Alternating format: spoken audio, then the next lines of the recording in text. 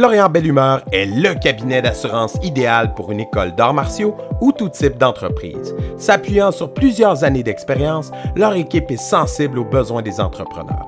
Ils vous offriront des produits qui répondent vraiment à vos besoins en assurance de dommages et un service à la clientèle qui vous permettra d'avoir la tête tranquille pour vous consacrer à votre passion. Composez le 1-877-472-0078, mentionnez Guerrier Podcast pour être dirigé vers leur équipe de spécialistes. Les cicatrices nous rappellent d'où on arrive, les combats qu'on doit livrer quand le destin chavire. Guerrier, on fera ce qu'il faut pour la famille. Cœur de lion, œil de tigre, on a la paix dans la mire. The battles are never ending, I know, but we will get up and get on with the fight. And we'll do whatever for what is right. Just put your trust in us, in us. Bonjour, Sensei Denis, ça va bien? Bonjour, Sensei Manuel. Oui, très bien, merci. Donc, cette semaine, entretien avec un guerrier, on reçoit Sensei Denis Gauthier. Écoute, on va rentrer dans le vif du sujet. On commence toujours avec nos invités en demandant où et comment les arts martiaux sont arrivés dans votre vie. Ça s'est passé comment? OK, d'accord. Dans le vif, on part au début. Dans le vif, moi, je suis né en 66, donc j'ai 59 ans récemment. J'ai grandi dans l'époque là, où je tripais. Mon frère, surtout, il était plus vieux que moi, donc il tripait comme fou. Puis l'émission avec David Carradine, puis toute cette époque-là. L'époque, ouais. On a grandi là-dedans. Mon premier art martiaux a été vers 11-12 ans avec mon frère en judo.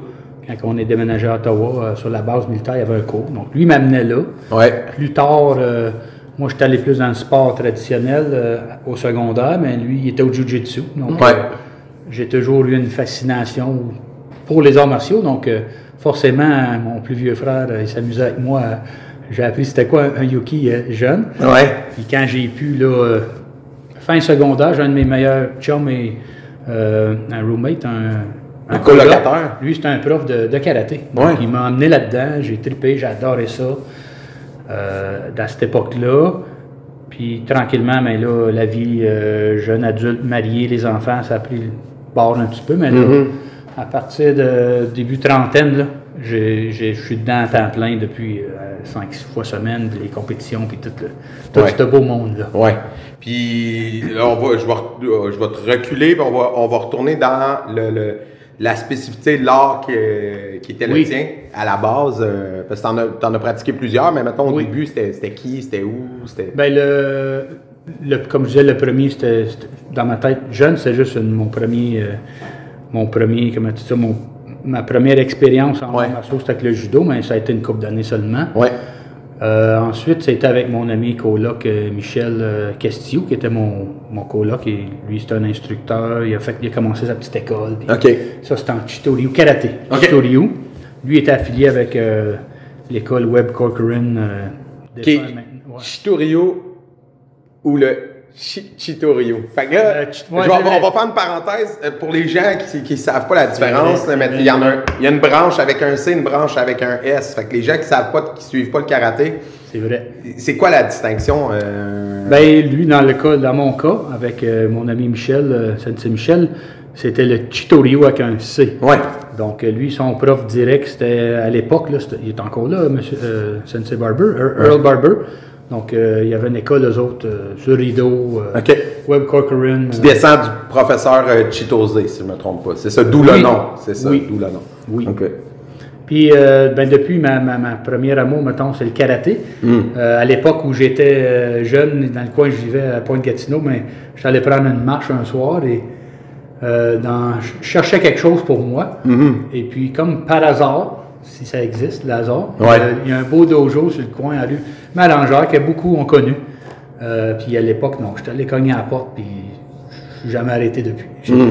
J'ai déménagé d'endroit et de prof à travers les années. On fait tout ça, je pense. Et ça, c'était mon karaté, mon principal intérêt. J'ai mon école depuis 2002, mais mes deux écoles depuis 2002, situées à Angers. Et à travers tout ça, comme je disais, j'ai été yuki à mon frère en jiu-jitsu quelques fois. Puis moi, j'ai trippé jiu-jitsu. Donc, je suis aussi un ceinture noire chez Terrien Jiu-Jitsu à Gatineau. Donc, le mélange des deux, là, je retrouve une nouvelle passion parce que je vois des choses peut-être que... Je vois des choses dans les deux, puis les connexions sont... Puis, peux-tu nous expliquer, parce que les écoles terriens enseignent dans le fond, le style de professeur terrien, de jeune terrien, qui est le Kanryu Jiu-Jitsu.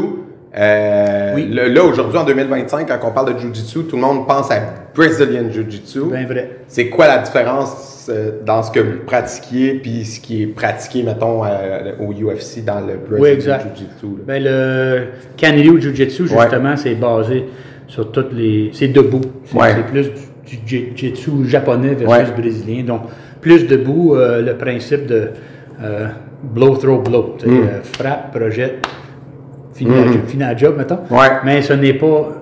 Ils ont évolué, évidemment. Maintenant, à l'intérieur de leur cours, ils ont la notion, la branche de BJJ, qui est tout le combat au sol.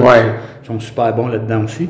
Mais pour moi, puis à mon âge, j'ai toujours aimé... Moi, j'ai toujours appelé « reste debout, te retrouve pas à terre ». Puis forcément, ça m'a aidé, moi, dans mon travail, sur la philosophie.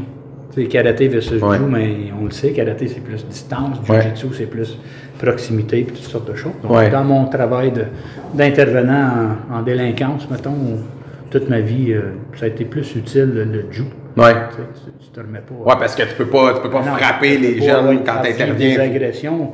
Non, tu peux pas. Faut être en contrôle. Heureusement, j'ai passé à travers ma carrière. Je suis récemment retraité aussi, donc j'ai passé à travers une belle carrière que j'ai adorée. Puis j'ai jamais eu besoin de frapper du monde pour me défendre. J'ai eu à gérer des situations, mais comme on l'apprend dans les arts martiaux, c'est une notion d'autocontrôle. Une fois que tu développes ça, j'avais la technique, mettons, physique, mais en intervention, tu développes beaucoup le côté plus mental, psychologique, puis comment désamorcer des bombes verbalement, puis être à l'écoute, puis tout ça, là.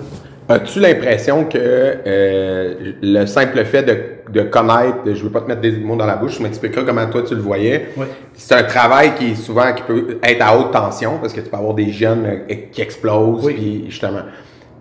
Est-ce que ça serait un mythe que de penser que le simple fait de savoir qu'on est capable de gérer une situation comme ça physiquement, qu'on a les compétences ou les connaissances à tout le moins, ça amène un calme qui peut désamorcer beaucoup de situations juste parce que tu es en contrôle, parce que tu fais au pire si ça dégénère, je sais quoi faire.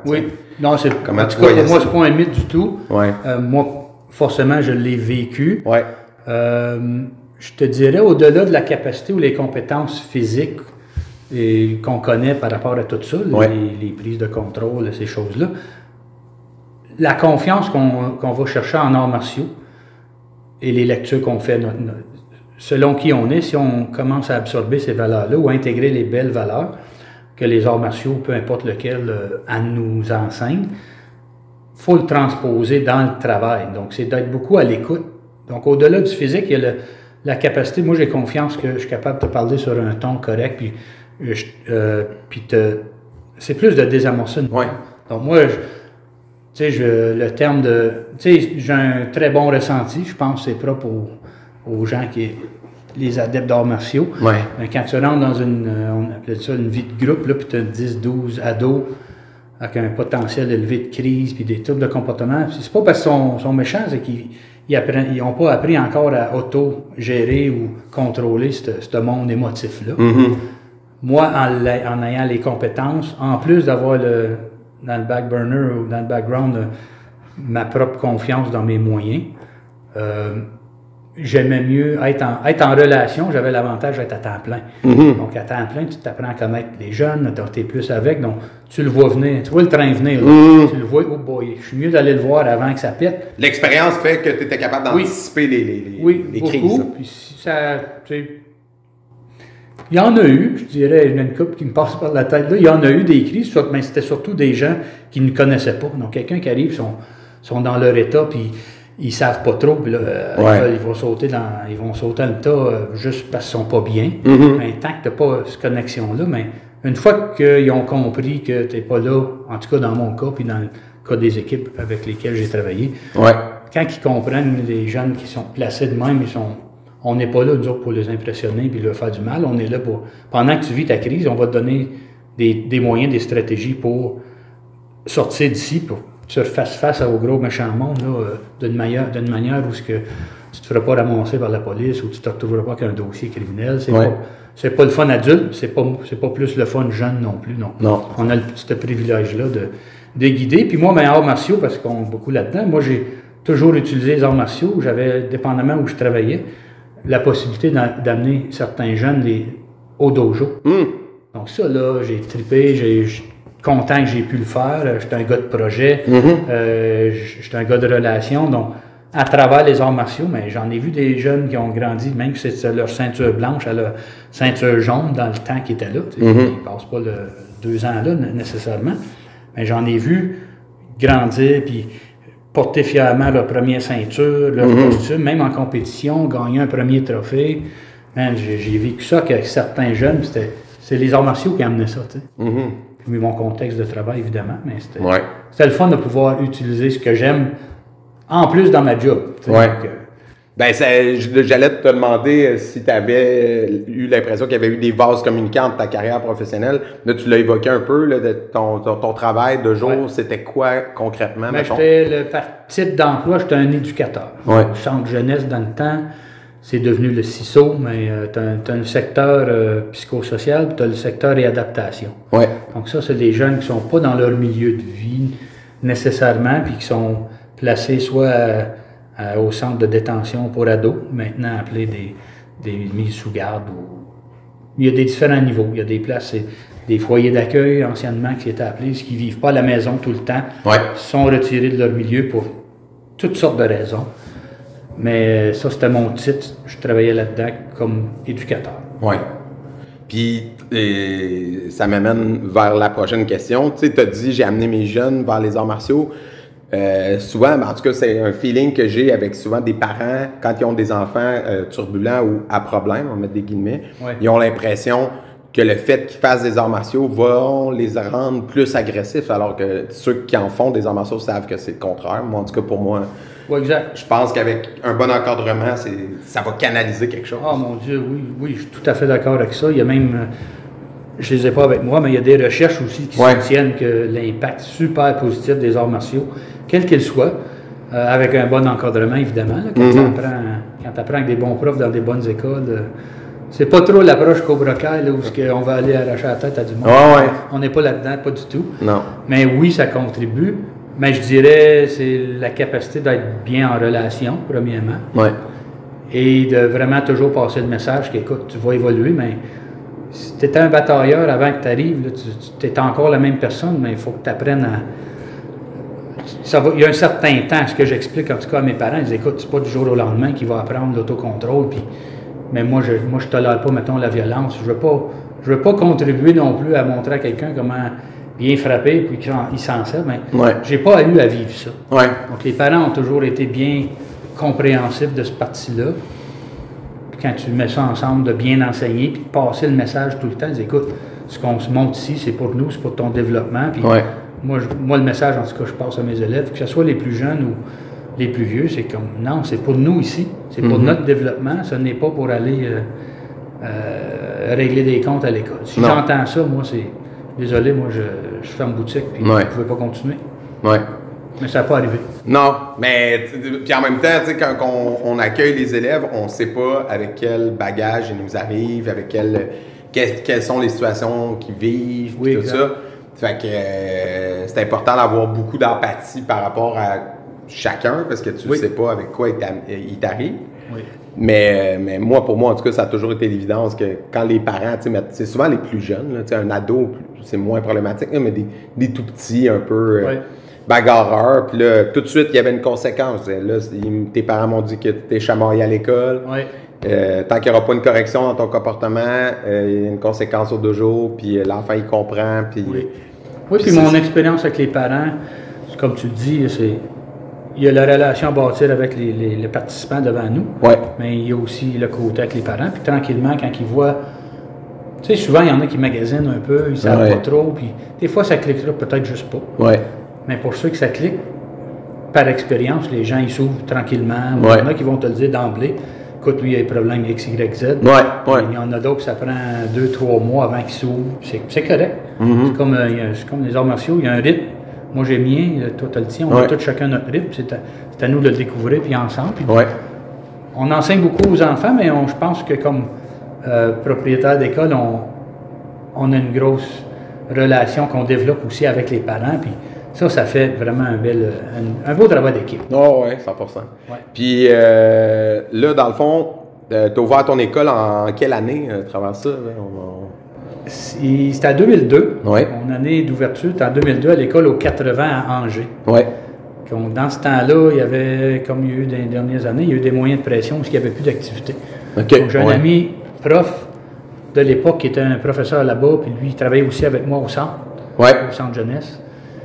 Et puis, il m'a invité, il dit « Denis, tu as toujours voulu commencer quelque chose. En ce moment, il n'y a rien d'activité dans les écoles, tout est arrêté pour des moyens de pression.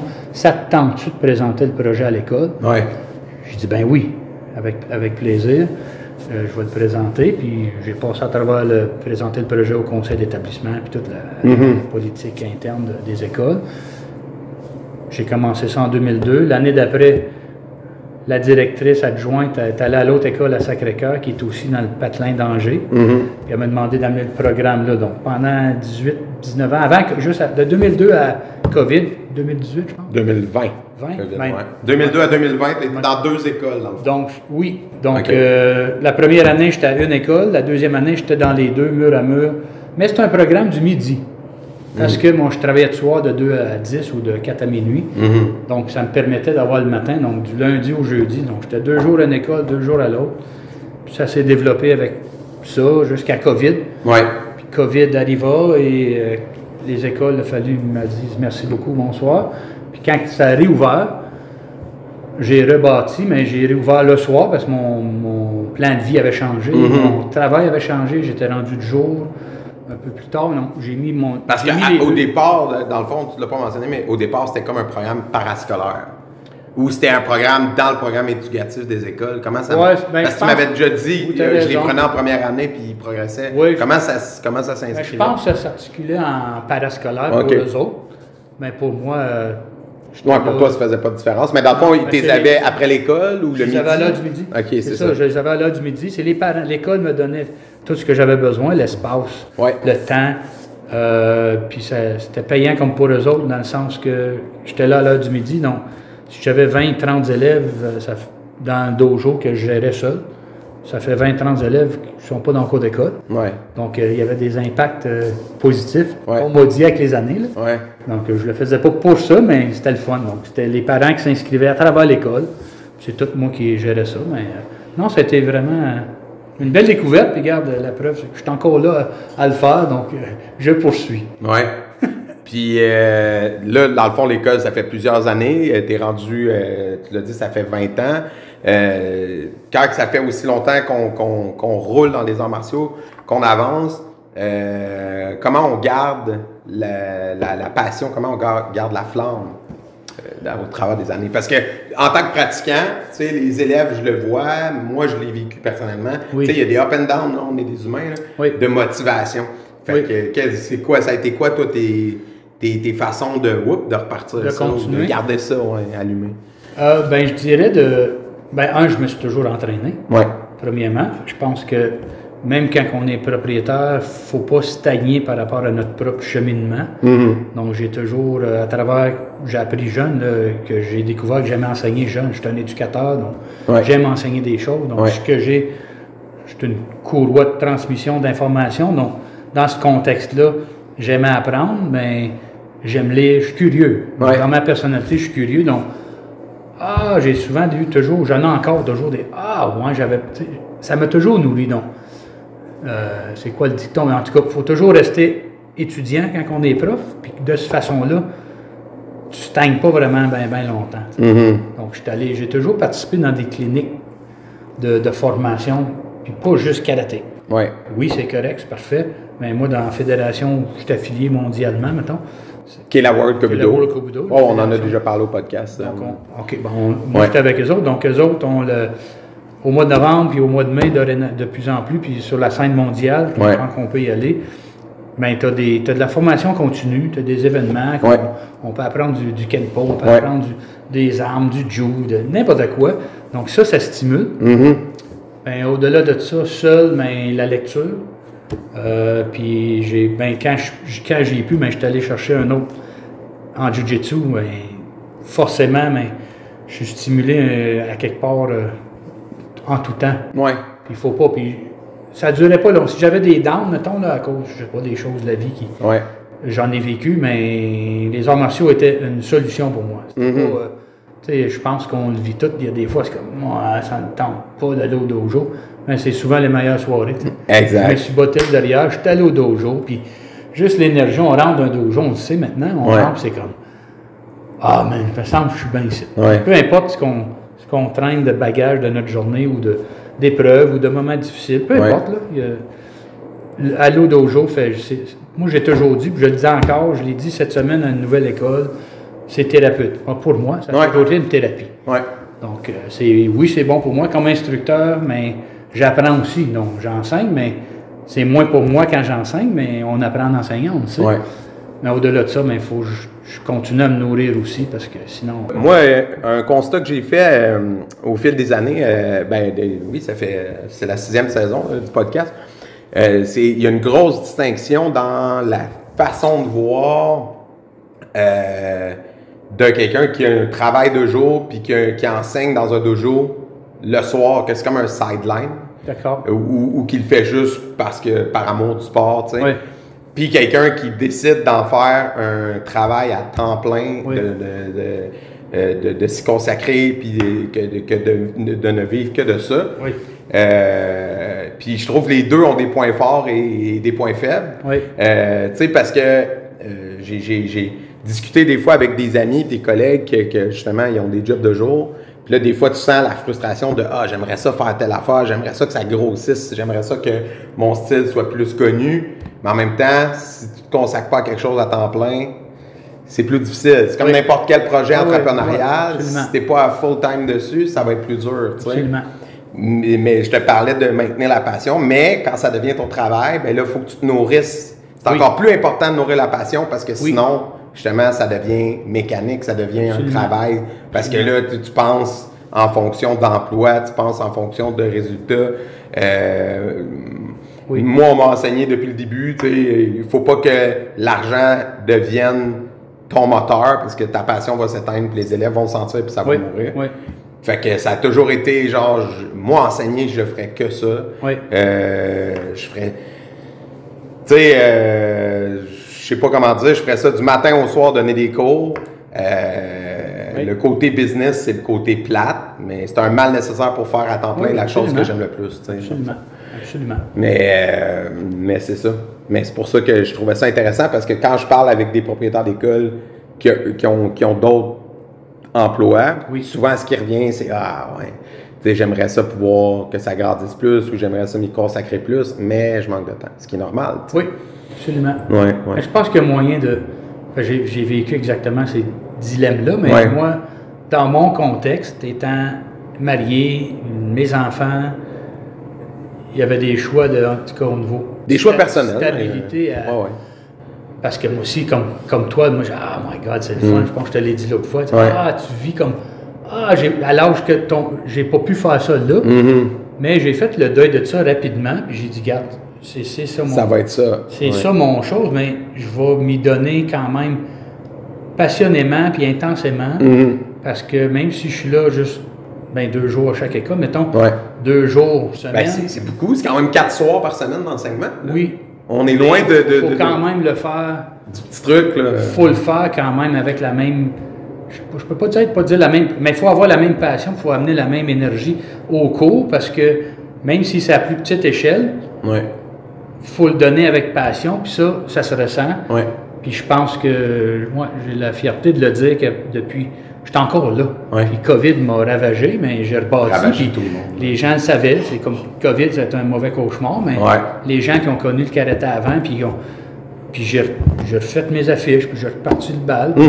Ça a pogné. Donc, il y a quelque chose de bien. Je me sens très privilégié de pouvoir enseigner puis avoir un impact dans la petite communauté où je suis à l'école. Tu sais, je suis un intervenant aussi, donc mon approche est. j'ai une approche intervenant aussi, dans ce sens-là aussi. Donc, c'est un peu mon brand, si on dit, ou ma niche à moi, là, d'amener ce niveau-là aussi. Donc. Ouais. Mais oui, ça serait le fun. Ça aurait été le fun très jeune. Ah, man, je vais être là-dedans à temps plein, mais c'était pas ma place. Ouais. J'ai accepté ça à un moment donné, puis donc, je suis correct avec ça. Ah ouais. Ben non, ben 100%. Mais aussi, une chose que je voulais discuter avec toi, tu as vu, tu sais, tu fais des arts martiaux depuis plusieurs décennies, sans dire ton âge. Tu l'as dit, Ouais, 59, tantôt. Un jeune 59. Un jeune 59. Tu as vu l'évolution des arts martiaux au Québec. Oui. Une des choses qui est spécifique, je pense, encore plus dans les arts martiaux, il y en a partout, là, de la politique aérée, puis de l'hommerie, puis tout ça. Il y en a dans tous les sports, j'en vois au hockey, j'en vois... Okay, il y en a partout. Oui.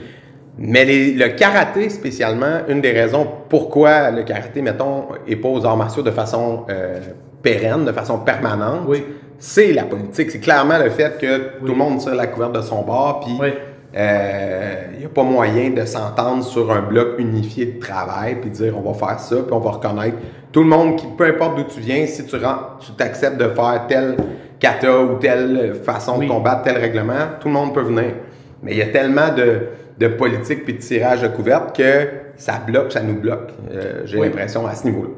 Mais comment tu vois ça, toi, cette espèce de guerre de clocher un peu permanente qu'il y a dans les arts martiaux? Encore aujourd'hui, tu sais, en 2025, pour moi, genre, puis après, je vais t'entendre, mais je veux juste que ma question soit claire. Oui. On dirait que ça me dépasse avec l'Internet, avec l'accès à la connaissance qu'on a aux arts martiaux aujourd'hui, avec le fait que tu peux justement découvrir toute la beauté de tous les arts qui existent, qu'il y a encore des gens qui ont l'impression que leur affaire, c'est la meilleure affaire, puis que tel style, c'est de la boîte, ou que telle façon de rouler des écoles, c'est pas bon. Tu sais, il y a beaucoup de pitchage de boîtes, il y a beaucoup de bitcherie. Tu fais, pourquoi, tu sais? Exactement. Tu me demandes la question, c'est comment moi comment t'as vu ça? La politique dans les arts martiaux, tu sais, t'as vu ça évoluer? Là? Ben oui, je l'ai vécu et oui. Je pense, tu l'as bien dit, c'est la nature humaine. Puis je pense qu'il y a deux approches, mettons, si je fais un lien avec mon travail, il y a certains peuples qui ont, puis on est là-dedans, puis les arts martiaux s'en sortent pas, qui ont appris à travailler en vase clos. Très individuellement, ma paroisse, mon nombril, moi je suis bon. On est là-dedans, même dans l'actualité, c'est ça que tu veux dire? Oui, puis il y a d'autres peuples qui travaillent avec une approche qu'on dit communautaire. Donc, puis à travers de ça, je pense que, ben pour moi, je me suis défini. Ça m'a aidé à me définir. Puis ça, tu sais, quand on dit, ben, faut que je me pose des questions des fois. Ça arrive. Est-ce que j'ai le contrôle là-dessus, oui ou non? Quand c'est non, comme ça, c'est bien trop. Dans l'idéal, ça serait facile. On se rencontre tous, on mange ensemble, on prend un verre d'eau ensemble, et on jase comment on dit ça en anglais? Ain't gonna happen. Tu sais, ça n'arrivera pas parce que l'homme est l'homme, puis chacun grandit pas au même niveau. Puis il y en a qui restent jamais là dans cette... Ben, c'est l'ego. Je pense que c'est le moi, il est trop fort, puis c'est comme...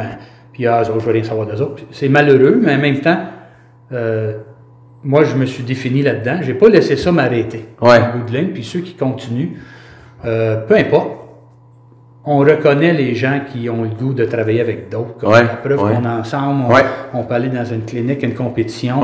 Il y en a d'autres. C'est pas... je dirais, mais il y a des fédérations, c'est uniforme de sa planète, c'est ce style-là, puis... Ton kata aujourd'hui, ici à Gatineau, il va le faire au Japon. Il y a la même affaire. C'est pas mauvais.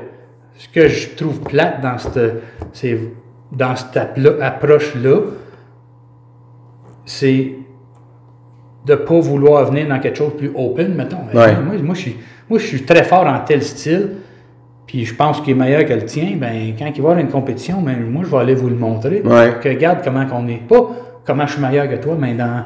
Regarde ce qu'on est capable de faire. Voici ce qu'on est capable de faire. Puis moi, là, je suis le premier à dire, j'en ai vu d'autres, il y en a qui ont... C'est pas tout le monde qui reste dans leur vase clos, il y en a qui se promènent, puis c'est donc enrichissant de voir ça. Mais je pense que c'est un cheminement avant tout personnel de dire, moi, j'ai le goût de, puis encore un lien avec l'intervention, forcément. Il y a une question qu'on se pose tout le temps, c'est mais qu'est-ce que je vais faire avec ça? Qu'est-ce que je vais faire avec ça? Ouais. Moi, j'ai appris avec le temps de dire mais qui je veux être là-dedans. Ouais. Pas qu'est-ce que je veux faire ou qui. Non, c'est qui j'ai le goût d'être dans cette situation X-là. Ouais. Qui je veux être comme personne. Puis ça, je pense que c'est une approche qui est beaucoup plus relationnelle. Puis ça garde l'ouverture d'apprendre de d'autres. Ouais. Tant que c'est fermé, puis moi j'ai la séance infuse, là, je pense que ça se transpose, ça se transmet, puis c'est pas tout le monde qui aime ça. Puis ben moi, en tout cas personnellement, j'aime apprendre, j'aime donner, puis si c'est trop rigide ou trop, je suis plus là. Il y a un style que je connaissais de nom, mais que j'ai vu grâce à toi, que j'ai vu en action grâce à toi, qui est le Chambara. J'aimerais ça que tu mon parles. Dieu, oui, c'est ça. Le Chambara, je ne sais pas si on peut appeler ça un style ou en tout cas c'est une pratique, c'est un sport qui découle du Kenjutsu, du Kendo qui est en soi un autre sport. C'est comme une version plus grand public du Kendo, tu verrais ça de même? Oui, mais dans les... Plus accessible, Pardon. Plus facile à embarquer, je sais pas. Ben, si je peux faire un petit recul historique vas-y.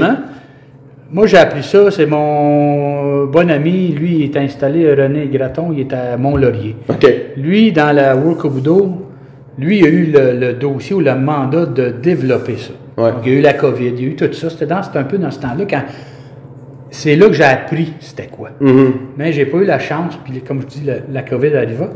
Et donc, ça s'était mis de côté. Mais quand ça l'a repris, là, il y avait la Fédération mondiale, mais l'événement se passait à Lévis. Ouais. Qui de plus en plus, chaque année, rendez-vous Lévis, qui est super le fun, le même principe de plein de plateaux d'entraînement. C'est la Convention mondiale. La Convention mondiale, mais à ce temps-là, était à Lévis. Quand je suis allé là avec ma gang, là, j'ai découvert le Chambara. Puis, mon Dieu Seigneur, c'était fait maison.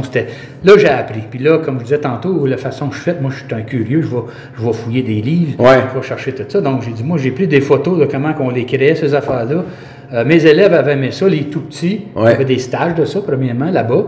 J'ai vu ça en action. Ensuite, il y a eu la compétition. Donc, j'ai autant mes élèves... Puis mes petits adultes de la trentaine et quarantaine, ils ont autant trippé. Je dis, ben mon Dieu Seigneur, ils ont frappé un air là qui est plaisant. Donc c'est très ludique. Mais quand je suis allé vous faire la recherche rapidement, le lien Kendo, rapidement, tu as 5 grands maîtres japonais champions Kendo qui se rendent compte qu'il y a un gouffre. Je fais ça vite, là. Il y a un gouffre entre la génération qu'eux autres sont dedans, puis ils trippent Kendo traditionnel, versus la génération des enfants. Puis eux autres, ils ont eu c'est quoi le bon mot? Ils ont eu le gros bon sens, les a pognés, puis ils ont dit qu'est-ce qu'on peut faire pour la génération, pour créer quelque chose, pour que les jeunes de notre temps viennent un jour là, apprécier les arts traditionnels du Kendo.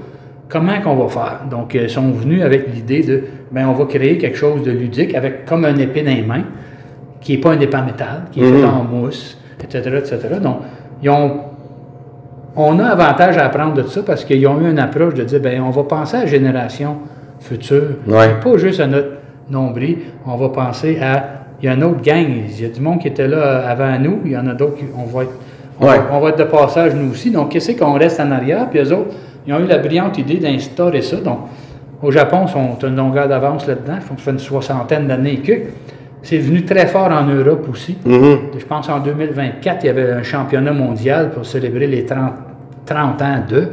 C'est big, là. Là, je reviens chez nous, mettons, j'apprends ça, puis René, il est super bon là-dedans, puis sa collègue de d'arts martiaux là-bas, Sensei Stéphanie, eux autres, ils ont inculqué ça, puis ils ont ce dossier-là. Donc, moi, quand j'ai trippé là-dessus, rapidement, moi, j'ai commencé à le mettre dans mon dojo. Là, j'ai dit, moi, j'ai pris ma retraite l'année passée, suite, en tout cas, un accident. J'ai pris ma retraite, j'ai dit, il faut que je fasse quelque chose. Là, moi. Donc, j'ai demandé à Sensei René, je l'ai appelé pour voir, est-ce que je peux-tu travailler avec toi là, sur ce dossier-là? Puis, regarde, on se connaît fait longtemps. Donc, oui, de fil en aiguille, je l'ai implanté dans mon école. Pour un temps, j'étais où ce que tu es maintenant au secondaire. J'ai montré ça aux élèves à Midas Gamelin. Les autres, Ils ont du fun, ils ont adoré ça aussi. Je le fais à mon école, j'ai des amis qui l'ont appris. Je me suis promené l'année passée beaucoup pour introduire ça. Le monde, en tout cas, à date, il n'y a pas personne qui me dit « Ah, moi, j'aime pas ça ». Tout le monde aime ça. C'est ludique. C'est beaucoup travailler le maniement du chanbara, qui est un épée en styromousse. Ça me rappelle quand on était petit, puis on se battait avec les cartons de papier d'emballage. Quand tu emballais un cadeau de Noël, puis t'avais plus de... Moi, c'était comme... pour le plaisir, c'est pas les Japonais qui ont parti ça, c'est nous autres au Canada à se verger dessus avec des rouleaux d'emballage. Donc, on a implanté ça tranquillement, puis là, tu vois, on a une compétition bientôt, le 22 février, puis on l'introduit là, tranquillement, puis c'est le fun. Donc, c'est juste très ludique, ça travaille beaucoup le footwork. C'est rapide, c'est très rapide. Très rapide. Comparé à tu sais, le kendo que j'ai vu, là, de compétitif, oui, quand tu décides d'y aller, ça y va vite, mais il y a plus de stratégie, là, tandis que le chanbara, c'est très instinctif, tu peux foncer, tu peux y aller, tu as moins d'équipement de protection déjà. Tu as juste un masque avec un genre de protecteur facial, vu que l'épée est en mousse. Fait que tu peux vraiment te lancer à cœur joie, la façon de parler. Ben dans l'historique du... mon Dieu, j'oublie son nom, au maître qui l'écrit, le maître japonais qui écrit le... Tu sais, on est compétitif, donc il y a un minimum. Ben, avant que ça soit compétitif, lui, quand ils l'ont fait, c'était un peu le randori, on s'amuse à se battre. Puis c'est pour développer la camaraderie. Oui, le footwork, mais c'est plus camaraderie, on le fait, mettons, ensemble. Ah, je te pointe, on arrête, ah, tu m'as eu. T'sais. Pour éviter tous les phénomènes de réglementation, puis nous autres, on fait pas ça de même, tout ça. L'idée en arrière de ça, c'est très amical. Mais quand il y a une compétition, ben forcément, il faut qu'il y ait quelques règles. Puis on pense toujours sécurité, donc on met les casques. Puis c'est pas. On a quand même établi durant l'année, René, Stéphanie et moi, en 2024, on a mis sur pied les règles comme telles pour avoir un minimum de règles. Ça maintienne l'esprit ludique et fun du sport, du chanbara comme tel. Pour que ça soit plaisant, mais il faut que tu aies un minimum parce que tu ne frappes pas. Il y a une façon de frapper quand même. C'est avec le 3-4 pouces du bout du bâton, c'est en contrôle, tu ne peux pas arracher la tête à quelqu'un. Donc on est quand même dans les mêmes notions de point fighting, on est dans le respect quand même. Puis je dirais que c'est même plus respectueux avec les bâtons, parce que t'as beau frapper fort, ça fait pas bien mal un épée en mousse. Versus un bon coup de poing dans le corps. Ça risque de faire mal. Il y a même un phénomène où tu pourrais voir un combattant plus âgé combattre un ado, là, parce que la force physique brute a moins rapport. Il y a quand même une intelligence de combat que tu peux avoir qui peut faire que tu vas prendre le dessus sur un plus jeune. Ça change la donne. C'est plaisant, puis pour ceux qui l'ont expérimenté dans leur dojo, à date, là, les gens aiment, puis regarde, j'ai reçu une boîte pleine aujourd'hui parce que il y a des amis qui ont des dojos dans la région qui en ont commandé. Je m'en vais livrer ça tantôt, puis comme je dis, les autres préparent leur gang à la compétition qui s'en vient.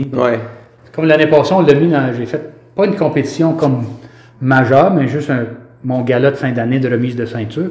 J'ai invité une couple d'amis d'école, puis ils sont venus, puis on l'a fait. J'ai checké pour le fun, puis il y en a plein, comme les listes rentrent pour les noms, mais chanbara n'est pas très coché. Puis là, j'ai dit non, si vous êtes à la compétition, là, il n'y a pas de niveau. Là. Donc, amusez-vous à le faire. Puis ceux qui l'ont l'année passée, ils s'étaient inscrits, puis sans le chanbara, tout finalement, j'ai dit, tout le monde fait le don. Tout le monde l'a fait. Puis tout le monde a trippé. Donc, ben écoute, je vais parler à mon monde. Ça va être la même chose le 22. C'est ça, c'est pas inscrit, c'est pas grave. On connaît pas ça, mais amusez-vous, là, tu perds rien. C'est toute la compétition, c'est le même prix pour tout. Puis c'est juste le fun. Merci d'en parler, parce que je m'attendais pas de parler de ça, mais j'adore ça. Ben écoute, quand le podcast va sortir, la compé va être déjà passée, mais si les gens parce qu'on est écouté beaucoup par des propriétaires d'écoles souvent et des pratiquants. Là, si, mettons, ça les intéresse, tu m'as parlé d'une association, d'une fédération de chanbara, ils contactent qui, comment? Oui, bien la fédération, elle s'installe tranquillement, d'un point de vue administratif, tout ça. Le nom est là, mais on est encore en développement pendant qu'on gère nos vies et nos dossiers, nos affaires. On fait ça par la bande, comme vous savez, on fait beaucoup de bénévolat, malgré nos écoles. On fait beaucoup de ça, mais ils peuvent communiquer avec moi, ou René et moi et Stéphanie, on garde toujours contact, on a notre groupe, puis on est disponible pour faire la formation. Là, OK. tu sais. Puis la formation pour les techniques et les stratégies qui est le fun au bout. Mais tu as aussi qui vient avec la formation d'arbitrage, qui c'est pas sorcier. Là. Non, ouais. Mais à quelque part, on veut uniformiser, on veut pas. 100%. Je veux pas que tu commences ton set de règles chez vous, puis moi je suis à Gatineau, on va faire un. Faut que ça soit uniforme. Ouais. Le but d'uniformiser, ça a sa place. Ben, pour qu'aprre ça, en compétition, les gens qui Ben oui. participent, il y ait un tronc commun de réglementation, c'est normal. Exactement. C'est normal. Donc c'est le fun. Ça, c'en est un. Je fais un lien avec une question que tu as posée Ouais. tantôt. La nouveauté. Donc, là, la bon. nouveauté m'a.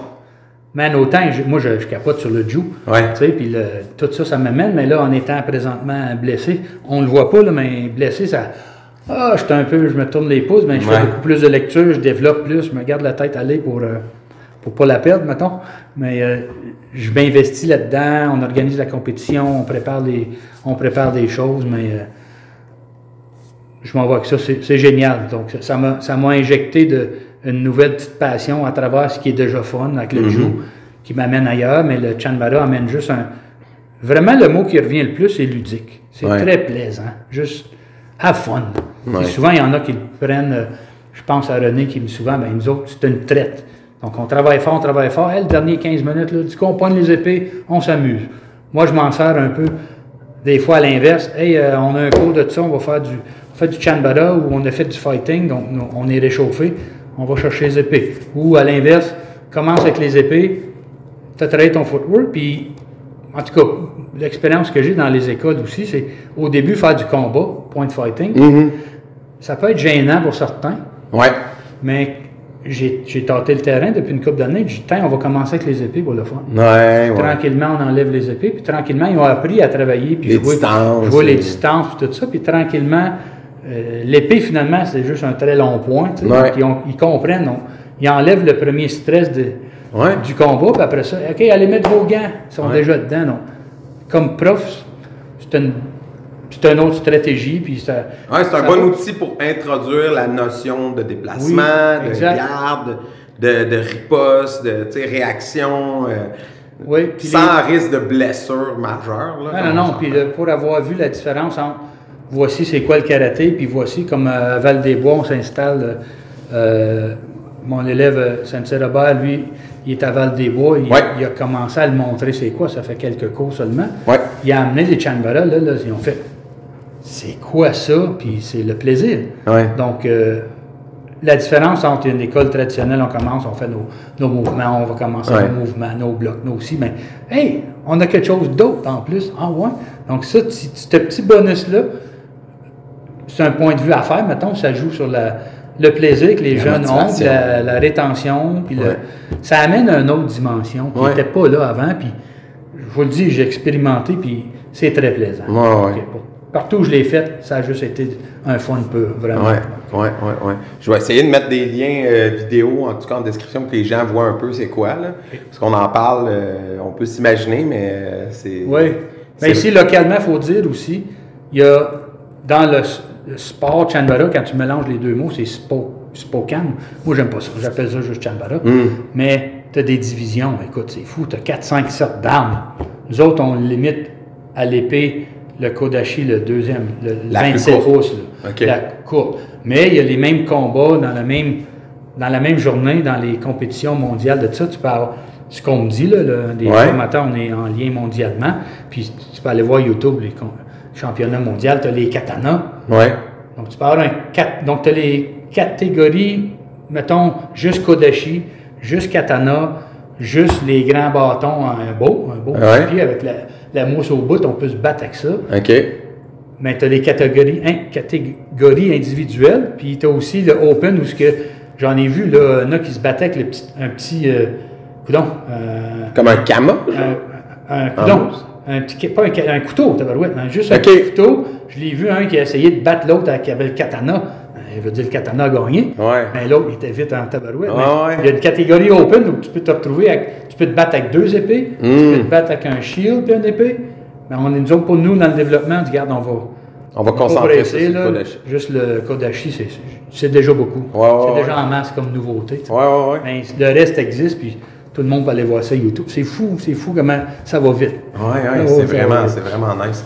Puis là, mettons, on l'a mentionné, tu organises un tournoi localement. Ça aussi, c'est quelque chose. Moi, ça fait, en 2025, c'est ma 8e année que j'ai mon école en Outaouais, mais j'étais comme un outsider, comme je t'avais déjà raconté, dans le sens que je viens pas de la région.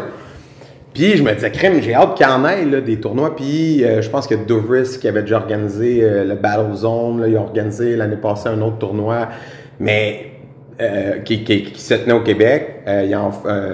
Sinon, il y a les championnats canadiens WKC, mais localement, en Outaouais, il y avait comme rien. Il y a l'école de Stéphane Lachapelle, qui faisait son tournoi depuis 2-3 ans. 3 ans, je pense que j'envoie des élèves là. Mais c'était comme la première, puis Gracefield, c'est quand même loin. Mais à Gatineau même, il y avait comme rien. Genre, c'est le fun là, que ça revienne. C'est la COVID qui a tué ça, parce qu'avant COVID, puis malgré la politicarie qu'on a nommée tantôt, on avait réussi à se construire un petit circuit qu'on appelait le circuit 5 anneaux, qui avait des différentes écoles, tous les styles. On s'était dit, écoute, on peut-tu travailler ensemble? Puis pour les compétitions, pour un certain temps, ça fonctionnait bien. Là, COVID arriva, puis à un moment donné, forcément, il fallait tout arrêter. Donc, moi, dans ce temps-là, même une couple d'années avant, j'étais rendu avec les 2 écoles, puis donc, je m'étais comme exclu un peu, une couple d'années, mais pas longtemps. Pendant longtemps, nous autres, c'était Maniwaki, c'est Gracefield, Gatineau. Il y en a plus tranquillement, mais ça reprend. On est allé l'autre fois, ça a repris à Maniwaki. C'est quand même... Mais ça aussi, c'est quand même loin. À Gatineau même, ça va... Ensuite, ben là, Gracefield, il y avait la mienne après Gracefield. Là, Stéphane a commencé, il l'a mis au mois d'avril, donc je dis, je vais y aller en février. J'ai eu le goût de reprendre tout ça, post-COVID, puis regarde, on se remet à la gang, puis il y a eu un désir, c'est Stéphane, en remettant sa compétition, on a vu que, OK, le cauchemar de COVID a passé. Puis il y a de l'intérêt aussi, ça marchait. On a le goût, puis il y a une belle... Stéphane a toujours eu, en tout cas pour moi, la plus belle compétition de la région. Outaouais, pas proche, mais c'est ça. Donc, c'est plaisant, ça a donné le goût. Là, les gens, parlent, jase, et on reprend tout ça. Puis, tranquillement, ça se refait. Tu vois, moi, je la reprends la mienne. Il y en a une le mois prochain à Cantley. Il va en avoir une, au mois de mai, nous autres, on va toujours à Lévis. Donc, ça, c'est nouveau pour nous autres. Donc, pour les prochains 4 mois, là, février, mars, avril et mai, il y en a une par mois. Donc, au moins, c'est pas comme dans l'ancien temps, à chaque fin de semaine. Une par mois. C'est un peu plus accessible dans l'Outaouais, là. Puis, je veux dire, il y en a à Val-d'Or aussi. Mais si tu cherches à la grandeur du Québec, il y en a toutes les fins de semaine. C'est fourette. Si tu veux être en tournoi, il y en a constamment. On pourrait avoir des élèves en compétition tous les samedis si on voulait, mais à un moment donné, je pense que les parents, moi je le dis aux parents aussi, tu sais, ils disent, il y a beaucoup de tournois. Oui, mais écoute, t'es pas obligé. Si tu y vas, c'est parce que ça te tente, puis tu peux à faire ça, c'est correct, mais vous avez le droit de prendre des breaks. Oui, absolument. Puis tu as la notion des fédérations, comme tu expliquais tantôt. Il y en a telle fédération, c'est juste leur style. Il y en a d'autres, c'est open, mais c'est quand même un autre. Qu'est-ce que tu as nommé tantôt? C'est une autre fédération quand même, avec un autre set de règles. Nous autres, c'est assez, je te dirais, localement, c'est très accessible, c'est très quand même beau. En tout cas, on ne s'en va pas aux championnats mondiaux non plus, mais c'est pour je te dirais, c'est vraiment un climat familial, c'est accessible à tout le monde. Regarde, il n'y a pas de problème, c'est impressionnant, mais c'est vraiment accessible à tout le monde. Puis moi, en rentrant, mettons, Chanbara est rentré. Mais là, j'en ai une gang, moi, j'en ai comme 20 ceintures blanches. Là. Ils vont être là à la compétition. Même s'ils font que ça, ils vont apprendre, ils vont voir le buzz, ils vont voir le buzz de tout ça. Puis on se fait des amis là. On sait, en compétition, j'en ai gagné, j'en ai perdu, mais à travers les années, mais je me suis fait des amis. Puis on se revoit quand même. T'en rappelles-tu? Il était oui, je t'avais eu, hein? Non, c'est moi. Donc, il y a une camaraderie qui s'installe aussi, les amis qu'on revoit, puis c'est génial. C'est une belle communauté. Quand c'est bien fait, c'est une belle communauté. Quand on tombe dans le reste, là, on dépasse, on laisse faire ce côté-là. Le négatif, on le laisse de côté. Là, à part le Chambara, mettons, je terminerai là-dessus. Quelqu'un qui cherche une école, toi, c'est quoi, tu dirais, ta spécificité? Qu'est-ce que tu apportes? C'est quoi, premièrement, le style qui est enseigné à ton école, à tour de jour? Si les gens viennent Ben, moi, c'est ma base, ben, c'est le karaté, comme je disais tantôt. C'est le karaté, mais moi, c'est mon style et c'est Shotokan. OK. Donc, chaque école ou chaque lignée de karaté ont chacun le kata. Mm-hmm. Mais, je dis, point fighting, c'est du point fighting. Mm-hmm. Coup de pied, coup de poing, je pense que c'est pas mal semblable partout. Moi, j'amène le jiu-jitsu aussi. Moi, j'ai ceinture noire en jiu-jitsu, donc j'amène un côté plus développé à ce niveau-là. Mm-hmm. Parce que je peux, j'ai les connaissances. Mm-hmm. Puis comme je disais tantôt aussi, ça me permet de voir je vois des choses maintenant dans tout ce qui est mes kata, parce que kata, si tu n'apprends pas les applications de ça, c'est pour ça que je pense que les gens un peu. C'est comme un non-sens. C'est le fun de faire des kata quand ça dépend de l'âge, mais c'est généralement le cheval de bataille à beaucoup de gens. Mm-hmm. Mais quand tu rentres le côté d'application ou bunker dans notre langage, autodéfense là-dedans, le monde, ben regarde donc là, il y a une association qui se fait, puis on va rajouter, à la fin de ça, on va rajouter une projection ou une clé de poignet ou un contrôle ou la game elle vient de changer, puis les gens apprécient. Ouais. Parce que c'est pas juste dans les airs. Il y a une du application, puis concret. il y a du concret que les gens, en tout cas, dans mon expérience, que les gens ils aiment ça. Ouais. Puis il y a les armes aussi. Moi, mon arme de prédilection, c'est le bow, le 6 pieds. J'aime les kamas aussi, mais c'est le bow qui m'a accroché plus. Le bow qui m'a accroché plus. Ouais. Donc, un peu de tout. Ah, ben c'est bien. Écoute, je vais mettre des liens en description pour les gens s'ils veulent aller à ta rencontre. Puis, je vais te garder avec moi pour quelques minutes de plus. Oui. On a toujours un questionnaire en rafale avec des questions bonus parce qu'on a une plateforme qui s'appelle Patreon pour les gens qui supportent le podcast. OK. Donc, abonnez-vous sur Patreon si vous voulez voir le quiz à Sensei Denis. Je vais te remercier beaucoup. Puis, je vais profiter de ma tribune publique pour te remercier aussi de m'avoir fait confiance. Maintenant, rendu là, quand ça va sortir, ça va être correct, on va pouvoir le mettre. Oui. Par rapport au fait que tu l'as mentionné, tu t'occupais du sport-études, de la concentration sport depuis 1 an et demi. Oui. À l'école Hormidas Gamelin. On parlait tantôt de la passion d'enseigner, puis à quel point, je sais pas, quand on fait ce qu'on aime. Oui.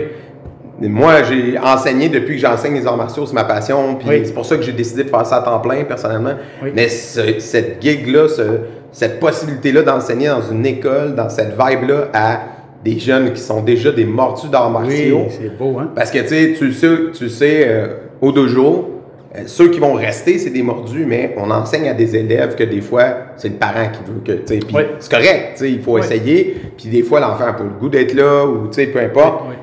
Mais là, c'est 14, 15, et dans le futur peut-être plus, mais cette quinzaine-là, c'est tellement agréable de leur enseigner. Là. Oui. Donc, merci de ta confiance. C'est un honneur de prendre ta relève. Ils sont tellement déjà ouverts d'esprit. Puis ils viennent de plein d'écoles différentes. Puis pourtant, il n'y a pas de jugement de valeur, il n'y a pas de clan, tout le monde se mélange, tout le monde est fin avec les autres, sont supportants, puis ils ont soif d'apprendre. Merci pour ça. Écoute, c'est vraiment plaisant. Puis tu as bien poursuivi le renseignement. Il avait commencé avec quelqu'un d'autre. Toi, tu avais pris la relève. Mais je vais tâcher de continuer dans cette ligne-là. C'est super. Moi, je suis tellement content d'avoir pu faire ta rencontre à travers une amie commune aussi. Puis dire, regarde. Puis, vous avez un super beau programme aussi. Donc, c'est bien facile d'avoir laissé ça entre tes mains.